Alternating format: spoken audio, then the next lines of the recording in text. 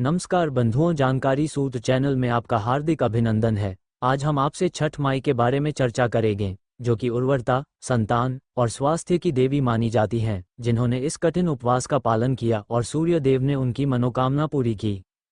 अक्सर लोगों के मन में ये सवाल आता है कि देवी की पूजा में सूर्य देव की पूजा एवं आराधना क्यों करते हैं। इसके पीछे की कहानी धार्मिक और सांस्कृतिक मान्यताओं पर आधारित है। छठ माई को भगवान सूर्य की बहन और उर्वरता की देवी माना गया है। छठ माई को सूर्य देव की बहन कहे जाने के पीछे पौराणिक मान्यताएं और लोक परंपराएं हैं, जो इस पर्व को विशेषता और श्रद्धा के साथ जोड़ती हैं। इसका कारण ये है कि छठ माई को उर्वरता, स्वास्थ्य, संतान प्राप्ति और संरक्षण की देवी माना गया है, और उनका संबंध सीधे सूर्य देव की जीवनदायिनी ऊर्जा से जोड़ा जाता है। इसके पीछे कुछ मुख्य कारण निम्नलिखित हैं।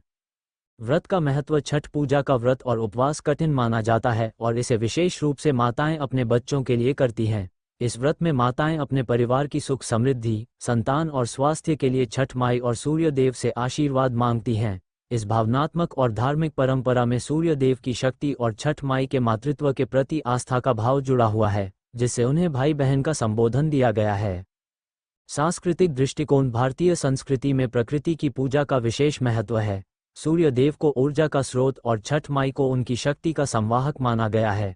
छठ माई को सूर्य देव की बहन मानने की मान्यता ये दर्शाती है कि सूर्य और प्रकृति के बीच एक गहरा संबंध है। ये पर्व इसी विचार को आगे बढ़ाते हुए हमारे समाज में उर्वरता और ऊर्जा के संतुलन की पूजा का माध्यम है।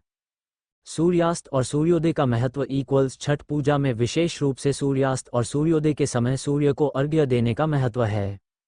सूर्यास्त का अर्घ्य अर्पित करना इस बात का प्रतीक है कि दिन भर की ऊर्जा और सकारात्मकता के लिए हम आभार व्यक्त कर रहे हैं, और सूर्योदय का अर्घ्य ये दर्शाता है कि हम आने वाले दिन के लिए नई ऊर्जा और सकारात्मकता का स्वागत कर रहे हैं।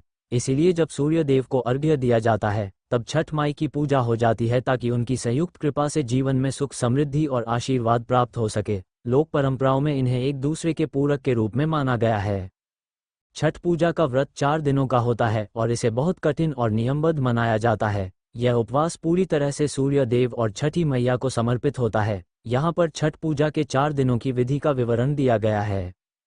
पहला दिन नहाय खाय। व्रत का पहला दिन नहाय खाय के नाम से जाना जाता है। इस दिन व्रत करने वाले व्यक्ति, जिन्हें व्रती कहा जाता है, किसी पवित्र नदी, तालाब या जल स्रोत में स्नान करते हैं। इस दिन व्रती पवित्रता का ध्यान रखते हुए सात्विक भोजन करते हैं। भोजन में चावल, चना दाल और कद्दू की सब्जी का विशेष महत्व है। फिर अगले दिन से कठोर उपवास की तैयारी करते हैं। दूसरा दिन खरना। दूसरे दिन को खरना कहा जाता है। इस दिन व्रती पूरे दिन बिना अन्न जल ग्रहण किए उपवास करते हैं। संध्या के समय व्रती गन्ने के रस या गुड़ से बनी खीर, रोटी और फल से पूजा करते हैं और प्रसाद के रूप में इसे ग्रहण करते हैं। इसके बाद व्रती फिर से निर्जला उपवास शुरू करते हैं, जो अगले दिन सूर्य को संध्या अर्घ्य देने तक चलता है। इस दिन के उपवास में व्रती जल भी नहीं ग्रहण करते। तीसरा दिन संध्या अर्घ्य दिन छठी मैया की पूजा के लिए विशेष रूप से बांस की टोकरी में फल, ठेकुआ, कसार और अन्य प्रसाद तैयार किया जाता है।